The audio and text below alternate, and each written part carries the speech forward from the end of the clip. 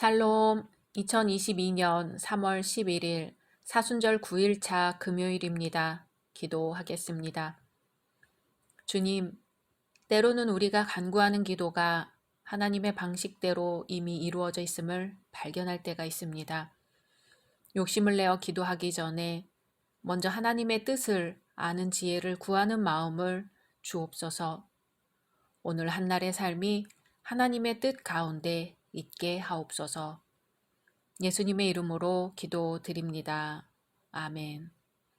오늘의 말씀은 창세기 44장입니다. 요셉이 그의 집 청지기에게 명하여 이르되 양식을 각자의 자루에 운반할 수 있을 만큼 채우고 각자의 돈을 그 자루에 넣고 또 4잔 곧 은잔을 그 청년의 자루 아귀에 넣고 그 양식 값 돈도 함께 넣으라 하매 그가 요셉의 명령대로 하고 아침이 밝을 때에 사람들과 그들의 나귀들을 보내니라. 그들이 성읍에서 나가 멀리 가기 전에 요셉이 청지기에게 이르되 일어나 그 사람들의 뒤를 따라가서 그들에게 이르기를 너희가 어찌하여 선을 악으로 갚느냐. 이것은 내 주인이 가지고 마시며 늘 점치는 데에 쓰는 것이 아니냐.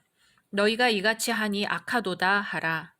청지기가 그들에게 따라가서 그대로 말하니 그들이 그에게 대답하되 내 주여 어찌 이렇게 말씀하시나이까. 당신의 종들이 이런 일은 결단코 아니하나이다. 우리 자루에 있던 돈도 우리가 가나안 땅에서부터 당신에게로 가져왔거늘 우리가 어찌 당신의 주인의 집에서 은 금을 도둑질하리이까. 당신의 종들 중 누구에게서 발견되든지 그는 죽을 것이요 우리는 내 주의 종들이 되리이다. 그가 이르되 그러면 너희의 말과 같이 하리라. 그것이 누구에게서든지 발견되면 그는 내게 종이 될 것이요 너희는 죄가 없으리라. 그들이 각각 급히 자루를 땅에 내려놓고 자루를 각기 푸니 그가 나이 많은 자에서부터 시작하여 나이 적은 자에게까지 조사하매 그 잔이 베냐민의 자루에서 발견된지라. 그들이 옷을 찢고 각기 짐을 나귀에 싣고 성으로 돌아가니라. 유다와 그의 형제들이 요셉의 집에 이르니 요셉이 아직 그곳에 있는지라. 그의 앞에서 땅에 엎드리니 요셉이 그들에게 이르되 너희가 어찌하여 이런 일을 행하였느냐. 나 같은 사람이 점을 잘 치는 줄을 너희는 알지 못하였느냐. 유다가 말하되 우리가 내 주께 무슨 말을 하오리이까. 무슨 설명을 하오리이까. 우리가 어떻게 우리의 정직함을 나타내리이까. 하나님이 종들의 죄악을 찾아내셨으니 우리와 이 잔이 발견된 자가 다 내 주의 노예가 되겠나이다. 요셉이 이르되 내가 결코 그리하지 아니하리라. 잔이 그 손에서 발견된 자만 내 종이 되고 너희는 평안히 너희 아버지께로 도로 올라갈 것이니라. 유다가 그에게 가까이 가서 이르되 내 주여 원하건대 당신의 종에게 내 주의 귀에 한 말씀을 아뢰게 하소서. 주의 종에게 노하지 마소서. 주는 바로와 같으심이니이다. 이전에 내 주께서 종들에게 물으시되 너희는 아버지가 있느냐 아우가 있느냐 하시기에 우리가 내 주께 아뢰되 우리에게 아버지가 있으니 노인이요 또 그가 노년에 얻은 아들 청년이 있으니 그의 형은 죽고 그의 어머니가 남긴 것은 그뿐이므로 그의 아버지가 그를 사랑하나이다 하였더니 주께서 또 종들에게 이르시되 그를 내게로 데리고 내려와서 내가 그를 보게 하라 하시기로 우리가 내 주께 말씀드리기를 그 아이는 그의 아버지를 떠나지 못할지니 떠나면 그의 아버지가 죽겠나이다. 주께서 또 주의 종들에게 말씀하시되 너희 막내 아우가 너희와 함께 내려오지 아니하면 너희가 다시 내 얼굴을 보지 못하리라 하시기로 우리가 주의 종 우리 아버지에게로 도로 올라가서 내 주의 말씀을 그에게 아뢰었나이다. 그 후에 우리 아버지가 다시 가서 곡물을 조금 사오라 하시기로 우리가 이르되 우리가 내려갈 수 없나이다. 우리 막내 아우가 함께 가면 내려가려니와 막내 아우가 우리와 함께 가지 아니하면 그 사람의 얼굴을 볼 수 없음이니이다.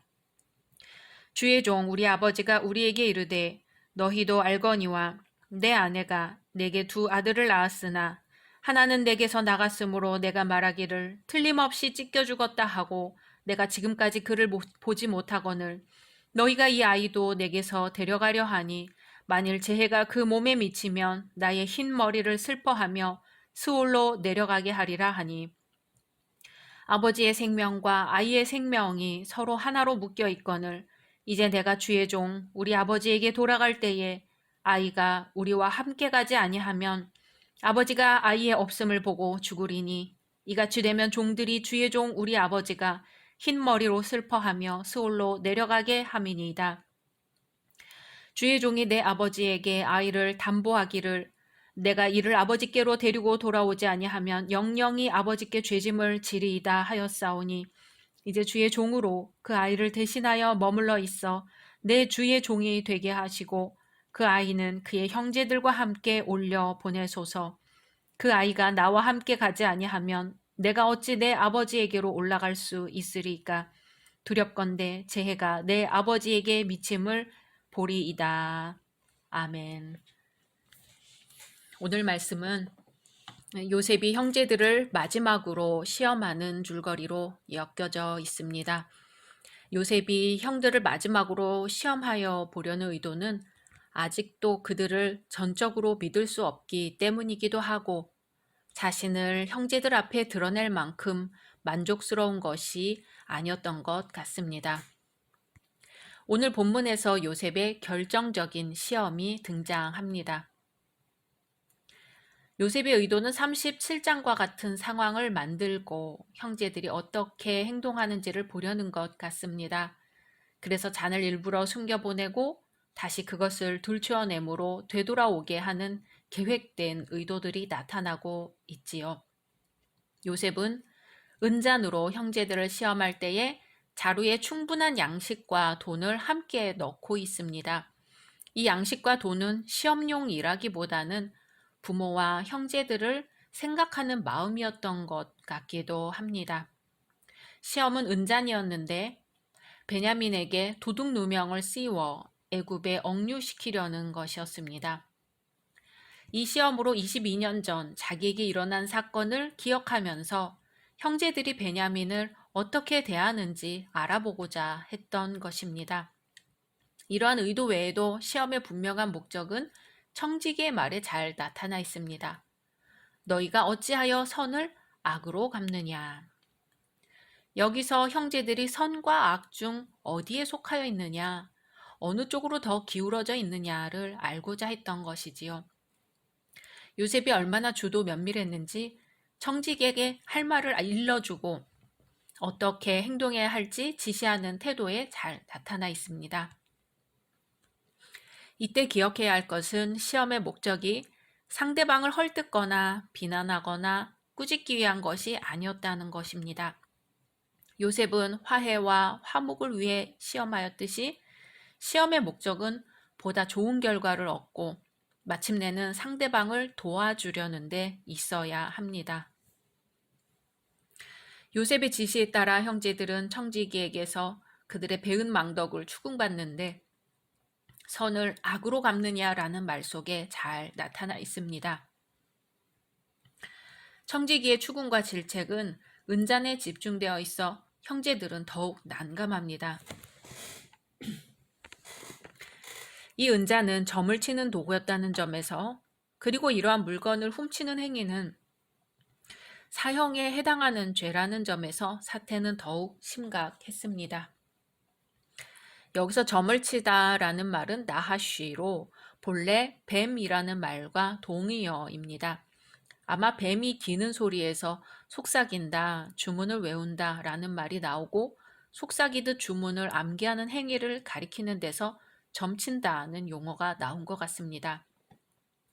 애굽인들은 흔히 작은 잔을 이용해서 점을 치곤 하였는데 잔에 물을 채운 후 작은 물체를 떨어뜨려 일어나는 현상을 관찰해서 기륭을 점쳤던 것 같습니다. 애굽에서 점을 치는 일은 제사장층의 고유한 일이었는데 오늘 말씀에서는 잔이 요셉의 소유로 되어 있을 뿐 아니라 청지기 말에도 주인이 점치는 데 쓰는 잔이라는 표현이 있습니다. 요셉은 스스로 점칠 능력이 있음을 말하고 있지요. 하지만 애굽에서 요셉이 제사장 계층에 속하여 있었다고는 하지만 요셉이 점을 쳤을 리는 만무합니다. 하나님의 영에 감동되어 있는 사람이기 때문이지요. 요셉 자신도 사람의 앞일은 점이 아니라 전적으로 하나님께 달려 있음을 꿈 해석을 통해 잘 알고 있었습니다. 그러므로 점을 치는 은잔 운운하는 것은 요셉이 애굽의 제사장으로 철저히 위장하여 자신을 감추려는 꾀인 것을 알 수 있습니다. 애굽인이 점치는 잔을 중요하게 여긴다는 사실에서 이 사건의 심각성을 알리려는 것이었지요.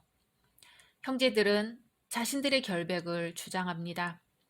무죄함을 입증하는 가운데 형제들은 이미 자루에 들어있던 돈을 그대로 가져온 일에서 자신들의 정직함이 드러났음을 밝힙니다.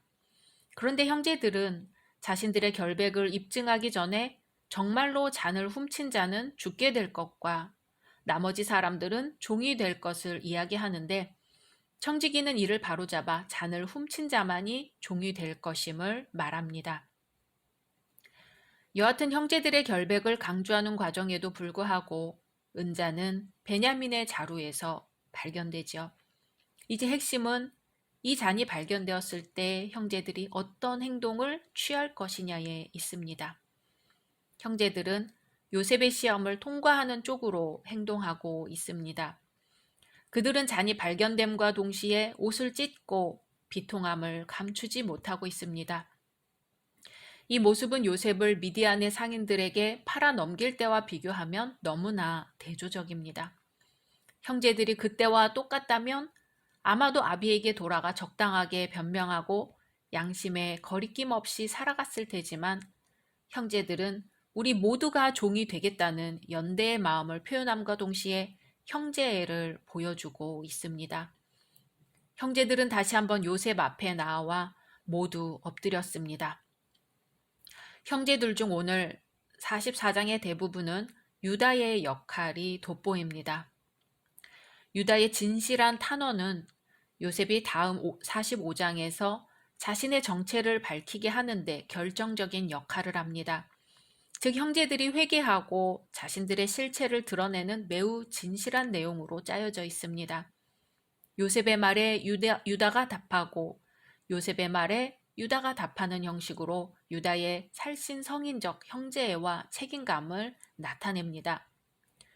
우리가 무슨 말을 하리이까? 무슨 설명을 하오리까? 어떻게 우리의 정직을 나타내리이까? 라는 말로 간절한 형제들의 심경을 알 수 있습니다. 형제들은 모두가 종이 되겠다며 자신들의 죄를 인정하는 것 같습니다. 하지만 요셉은 범죄한 당사자만 이 형벌을 받을 것이라고 말하면서 다시 한번 형제들을 시험하지요. 유다는 현재까지의 과정을 세 가지에 걸쳐 말합니다. 첫째는 아비 야곱의 형편과 그에게 있어서 베냐민의 중요성을 언급하고, 둘째는 야곱과 자신들의 입장을 설명하므로 베냐민을 데리고 가지 못하면 아비 앞에 영영 죄인이 된다는 사실을 말하며, 셋째는 현 상황과 같은 일이 생긴 데는 사라진 요셉도 관련이 있다는 주장을 펴나가고 있습니다. 즉 지금 야곱의 형편은 라헬과 요셉을 잃어 극심한 시리에 빠진 상태이며 아비 야곱은 베냐민을 유일한 사랑으로 의지하며 살아가고 있기에 그 아이를 잃는다는 것은 곧 아비를 잃는 것임을 말하는 것이지요. 유다의 탄원에는 특별히 늙은 아비에 대한 언급이 많아 그를 불쌍히 여겨달라는 애원이 있어 인간이 지닌 기본적인 양심과 감정에 호소하고 있습니다. 바로와 같이 생사를 주관할 수 있는 분이 긍휼을 베풀어 주시지 않으면 결국 늙은 아비를 슬피 음부에 내려가게 할 것이라고 말하며 뿌리치기 힘든 탄원을 하고 있는 것입니다. 그렇게 유다는 베냐민과 아버지의 생명이 결탁되어 있음을 말하고 자신이 베냐민 대신 종이 되겠다고 합니다. 오늘 말씀 가운데 가장 감동적이고 의미 있는 말이 아닐 수 없습니다. 아버지에 대한 효성과 베냐민을 아끼는 형제의 애굽 방문에서 자신이 짊어진 책임감, 마지막으로 과거 요셉을 팔아버린 죄에 대한 뉘우침의 의미가 유다의 탄원에 모두 들어 있습니다. 유다의 이런 모습은 예수 그리스도에게서 절정을 이루고 완성이 되었지요. 유다의 마음은 요셉이 시험을 통해 형제들에게서 찾아보고 싶었던 것이 분명합니다. 이에 요셉은 그 심정을 억제하지 못하고 45장에서 자신의 정체를 드러내게 됩니다.